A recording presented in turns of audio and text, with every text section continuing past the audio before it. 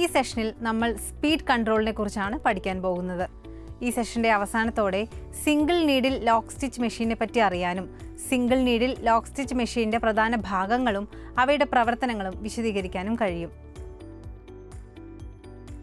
ഗാർഹിക ടൈലറിംഗിലും വ്യാവസായിക ഉൽപ്പാദനത്തിലും ഉപയോഗിക്കുന്ന ഒരു സാധാരണ മെഷീനാണ് ലോക്ക് സ്റ്റിച്ച് മെഷീൻ. 2 ത്രെഡുകൾ പരസ്പരം ബന്ധിപ്പിച്ചാണ് സ്റ്റിച്ച് രൂപപ്പെടുത്തുന്നത്. ലോവർ ത്രെഡിന് അഥവാ ബോബിൻ ത്രെഡ് നൽകിയിരിക്കുന്ന വിൻഡിംഗ് ഉപകരണത്താൽ ഈ യന്ത്രം വേർതിരിച്ചിരിക്കുന്നു. ലോക്ക് സ്റ്റിച്ചിന്റെ ഗുണങ്ങൾ ഇവയാണ്. ഇത് സങ്കീർണമല്ല, മുകളിലും താഴെയും ഒരേപോലെയായിരിക്കും. വളരെ പരിമിതമായി മാത്രമേ എക്സ്റ്റെൻഡ് ചെയ്യാൻ സാധിക്കൂ. ഫാബ്രിക്കിന്റെ ഉപരിതലത്തിൽ എവിടെ നിന്നും ആരംഭിക്കാനും പൂർത്തിയാക്കാനും കഴിയും. ഇത് പ്രധാനമായും സ്ത്രീ വസ്ത്രങ്ങൾക്കും ചുരുക്കം ചില നെയ്ത്ത് വസ്ത്രങ്ങളിലും ഉപയോഗിക്കുന്നു. ഇതിന് 2 ത്രെഡുകളുണ്ട്. ഒന്ന് നീഡിൽ ത്രെഡ്, മറ്റൊന്ന് ബോബിൻ ത്രെഡ്. ഇവ ഇന്റർലേസിംഗ് വഴി സ്റ്റിച്ചിങ് ചെയ്യുന്നു. ലോക്ക് സ്റ്റിച്ചിന്റെ സവിശേഷതകൾ ഇവയാണ്. തുണിയുടെ ഇരുവശത്തായും സമാനമായ തുന്നൽ രൂപം കൊള്ളുന്നു. സൂചിയും ബോബിനും തമ്മിലുള്ള ത്രെഡ് അനുപാതം 1:1. ബോബിനിലേക്കുള്ള ബോബിൻ ത്രെഡ് ഇടയ്ക്കിടെ റീഫിൽ ചെയ്യണം. ഇവയിൽ ബോബിൻ കേസുകൾ, ഹുക്ക് സെറ്റ് എന്നിവയുണ്ട്. കോളർ, കഫ്, പോക്കറ്റ് മുതലായവ പോലെ വലിച്ചു നീട്ടാൻ കഴിയാത്ത ഭാഗങ്ങൾക്കായി ഉപയോഗിക്കുന്നു. രൂപപ്പെട്ട സ്റ്റിച്ചിന്റെ സ്ട്രെച്ചബിലിറ്റി 0.4% ആണ്. സിംഗിൾ നീഡിൽ, ഡബിൾ നീഡിൽ എന്നിങ്ങനെ 2 തരം ലോക്ക് സ്റ്റിച്ച് മെഷീനുകളുണ്ട്. മോട്ടോറൈസ്ഡ് ലോക്ക് സ്റ്റിച്ച് സൂയിങ് മെഷീന്റെ ഭാഗങ്ങൾ presser foot lever, thread take up lever, needle bar, presser foot, സൂചി, presser spring regulator set, knee lifter, power switch, motor accelerator, back tack lever, stitch regulator, thread winder, balancing wheel, set glass, thread tension എന്നിവയാണ്. Motorised lock stitch sewing machine പരിപാലിക്കാൻ ഓരോ ഉപയോഗത്തിന് ശേഷം ലിൻഡും പൊടിയും നീക്കം ചെയ്യണം. ഉപയോഗത്തിലില്ലാത്തപ്പോൾ machine മൂടി വെക്കുക. കൃത്യമായി എണ്ണയും ഗ്രീസും തേച്ചു വെക്കണം. ഇലക്ട്രിക് പവർ കോഡും പ്ലഗും പ്രത്യേകം ശ്രദ്ധിക്കണം. എന്തെങ്കിലും അസ്വാഭാവികത തോന്നിയാൽ നന്നാക്കാൻ വൈകരുത്.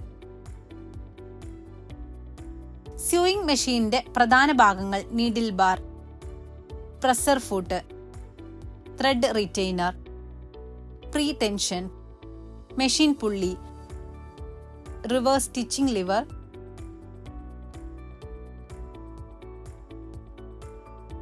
Finger guard, bobbin winder, thread take up lever cover, belt cover എന്നിവയാണ്. ഇനി നമുക്ക് തയ്യൽ മെഷീനിലെ ഓരോ ഭാഗത്തിന്റെയും പ്രവർത്തനം നോക്കാം. നീഡിൽ ബാർ ഒരു സ്ക്രൂവിന്റെ സഹായത്തോടെ സൂചിയെ ഒരറ്റത്ത് ഹോൾഡ് ചെയ്യുന്നു. സൂചി ഉപയോഗിച്ച് തുന്നലുകൾ ഉണ്ടാക്കുന്നതിനുള്ള ചലിക്കുന്ന ഭാഗമാണിത്. സൂചിക്ക് അതിന്റെ ചലനം നൽകുക എന്നതാണ് ഇതിന്റെ പ്രധാന പ്രവർത്തനം. പ്രസർ ഫുട്ട് തുണി തയ്ക്കുന്ന സമയത്ത് ഇതിനെ ഹോൾഡ് ചെയ്യുന്ന ബാറിൽ ഉറപ്പിച്ചിരിക്കുന്ന ഷൂ ആകൃതിയിലുള്ള ഘടകമാണിത്. ത്രെഡ് റീറ്റെയ്നർ ത്രെഡിലേക്ക് നേരിട്ട് ഓടുന്ന ഒരു ചെറിയ ഹുക്കാണിത്. ഇതിലൂടെ ഒരു ലംബ ദിശയിൽ സൂചി സഞ്ചരിക്കുന്നു.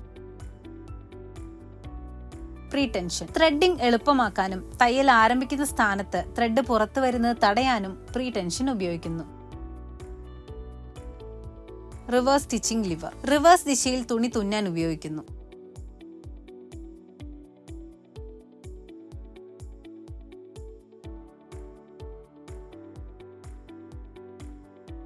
മെഷീൻ പുള്ളി ബെൽറ്റിന്റെ സഹായത്തോടെ മെയിൻ ഷാഫ്റ്റും മോട്ടോറുമായി ബന്ധിപ്പിച്ചിരിക്കുന്ന ഒരു കറങ്ങുന്ന ഭാഗമാണ് മെഷീൻ പുള്ളി. ബോബിൻ വിൻഡർ ബോബിന് ചുറ്റും നിരവധി തവണ ത്രെഡ് വീശുകയും ത്രെഡ് ബോബിനിൽ തുല്യമായി വെക്കുകയും ചെയ്യുന്നു. ഇല്ലെങ്കിൽ സ്റ്റിച്ചിൽ എന്തെങ്കിലും പോരായ്മയോ വ്യത്യാസമോ ഉണ്ടാകാം. തയ്യൽ മെഷീനിൽ 3 സുരക്ഷാ ഉപകരണങ്ങളുണ്ട്.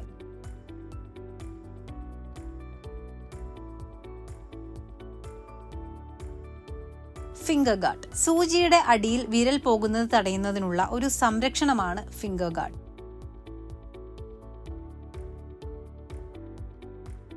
Thread take up lever cover. Window glass ഒരു മെഷീനിൽ സ്ഥാപിച്ച് സ്റ്റിച്ച് ചെയ്യുമ്പോൾ അപകടം ഒഴിവാക്കുന്നു. ബെൽറ്റ് കവർ സ്റ്റിച്ച് ചെയ്യുന്ന സമയത്ത് അപകടം തടയാൻ സഹായിക്കുന്നു. ബെൽറ്റിന് കവറുണ്ട്. സ്പീഡ് കൺട്രോളിനെ കുറിച്ചാണ് നമ്മൾ ഈ സെഷനിൽ പഠിച്ചത്. ഈ സെഷന്റെ അവസാനത്തോടെ സിംഗിൾ നീഡിൽ ലോക്ക് സ്റ്റിച്ച് മെഷീനെ പറ്റി അറിയാനും സിംഗിൾ നീഡിൽ ലോക്ക് സ്റ്റിച്ച് മെഷീന്റെ പ്രധാന ഭാഗങ്ങളും അവയുടെ പ്രവർത്തനങ്ങളും വിശദീകരിക്കാനും നിങ്ങൾക്ക് കഴിയുമെന്ന് പ്രതീക്ഷിക്കുന്നു.